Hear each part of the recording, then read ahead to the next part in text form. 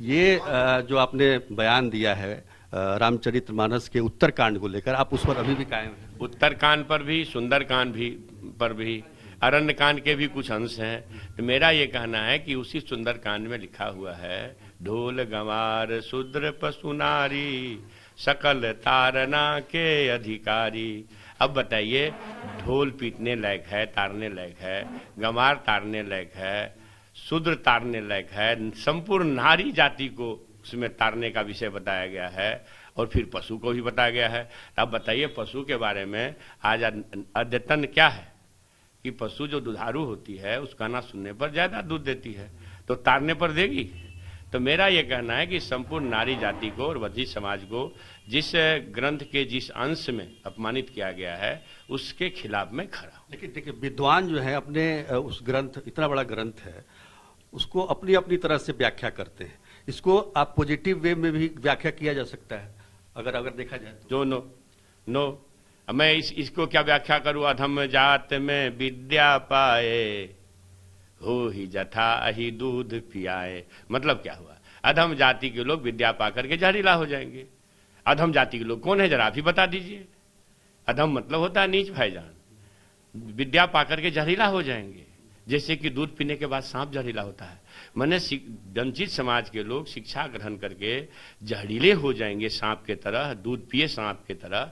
तो Lalu Yadav ji law graduate हुए तो जेल में सड़ रहे हैं, क्यों? जरा उसको तो ध्यान में रख लीजिए। इसलिए कि भाई उन्होंने कहा, चूहा पकड़ने वालों, सुअर चराने वालों, घोंघा सितवा डोका चुनने वालों, तारी चुआने वालों, मछली पकड़ने वालों, पढ़ना लिखना सीखो। उन्होंने अपने बयान में कहा है कि अगर मकड़ी के जाल को समझना है तो पढ़ना पड़ेगा। बाबा साहब अम्बेडकर ने पढ़ने की बात की, उस संविधान को लोग जला रहे हैं, जिस संविधान को हम नमन कर रहे हैं। अब इस देश के लोग उसको मान रहे हैं, उसमें कुछ विचार ऐसे हैं जो संविधान को पार्लियामेंट के गलियारों में जलाया जाता है, रौंदा जाता है। तो ये संविधान को जलाने वाले लोग को हमारे बयान पर आपत्ति हो सकती है, मेरे ऊपर कोई फर्क पड़ने वाला नहीं है। शहीद जगदेव प्रसाद सिंह जी को का कत्ल क्यों कर दिया गया? क्या गुंडा थे, अपराधी थे, क्रिमिनल थे? दो मुख्यमंत्री अपनी पार्टी का बना दिया जिस महान व्यक्ति ने 1974 में। इन्हीं आतताइयों ने, जो मेरे जी काटने की बात कहते हैं, उनने गोली मार दी। तो भैया ये हमारे पुरखे सहते रहे हैं।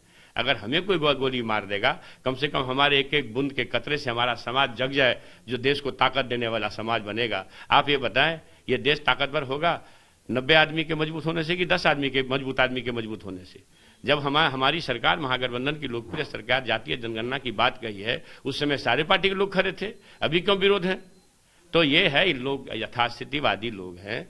यही लोग, जीतन राम मांझी मुख्यमंत्री थे और दुर्गा मंदिर में मधुबनी पूजा करने गए, पूजा करके आए तो गंगा जल से धो दिया, पवित्र कर दिया। तो ये तो हमारे जो इतने बड़े पद पर आसीन लोग हैं, वो अगर पूजा करेंगे, भगवान राम जी सबरी की जूठ बैठ खा सकते हैं, मगर सबरी का बेटा मंदिर नहीं जा सकता है। रामनाथ कोविंद जगन्नाथपुरी मंदिर में पूजा कर पाए पत्नी के साथ? क्यों नहीं जाने दिया गर्भगृह में भाई? तो ये वैचारिक संघर्ष है, ये हजारों साल से चला है, आगे भी चलेगा।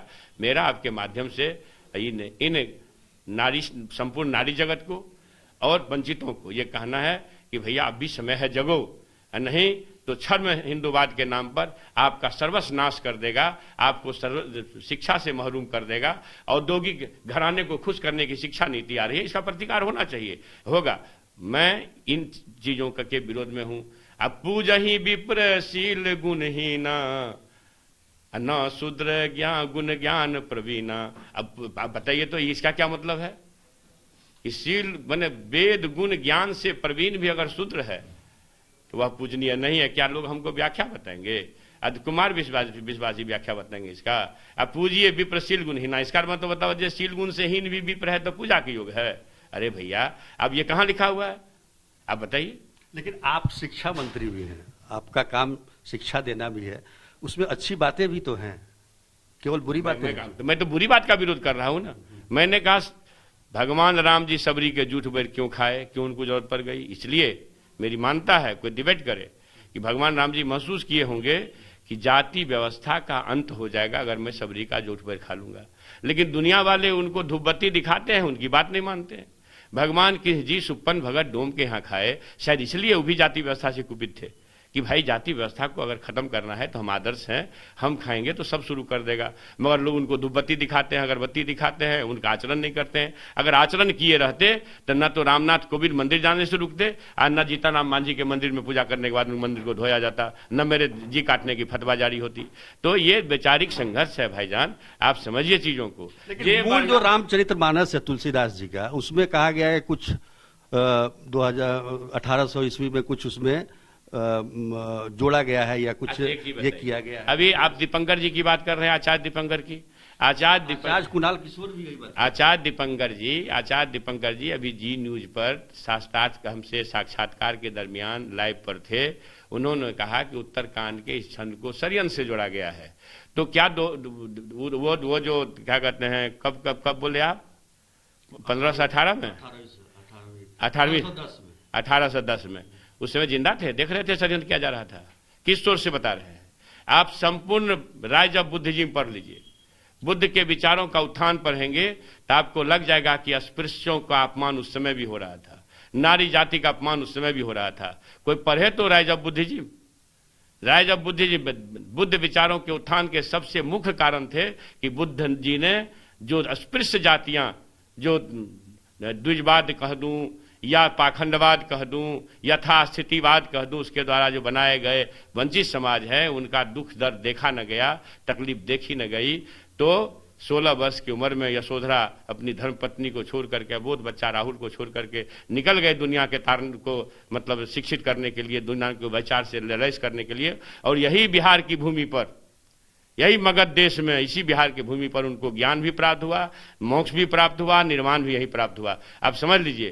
तो बुद्ध विचार के उत्थान पर रहेंगे, जिसके विचार इस धरती पर 500 वर्ष चले। बुद्ध के विचार से ही हमारे अशोक महान के टाइम में यह भूमि विश्व गुरु था, यह भूमि सोने की चिड़िया थी। बात तो समझिए। तो मेरा यह कहना है कि अगर बुद्ध के विचार के उत्थान के कारण लोग पढ़ लेंगे तो हमारा जी काटने का फतवा नहीं देंगे। क्या कहेंगे जी काटने पर जो फतवा दिया गया है? मैं ये कहूंगा कि भाई ये लोग फतवा जारी करते रहे। जब महात्मा फूले, पेरियार, अंबेडकर के को अपमानित लोग करते रहे, जननायक कर्पूरी ठाकुर को गालियां देते रहे, हमारे लालू यादव जी को जेल में सड़ा रहे हैं, तो इन लोगों से यही आशा की जा सकती है। मगर मैं इस बात पर अडिग हूं, अगर देश बनना है तो नफरत से नहीं, मोहब्बत से। इसलिए नागपुर से संचालित नफरतवाद को ध्वस्त करो, मोहब्बत लाओ। तो ये थे बिहार के शिक्षा मंत्री चंद्रशेखर, जो कि आज भी अपने बयान पर कायम है। और उनका कहना है कि प्रेम से ही समाज का निर्माण हो सकता है, नफरत से नहीं, जो कि नागपुर से चल रहा है। कैमरामैन नदीम आलम के साथ सुजीत कुमार झा, पटना, आज तक।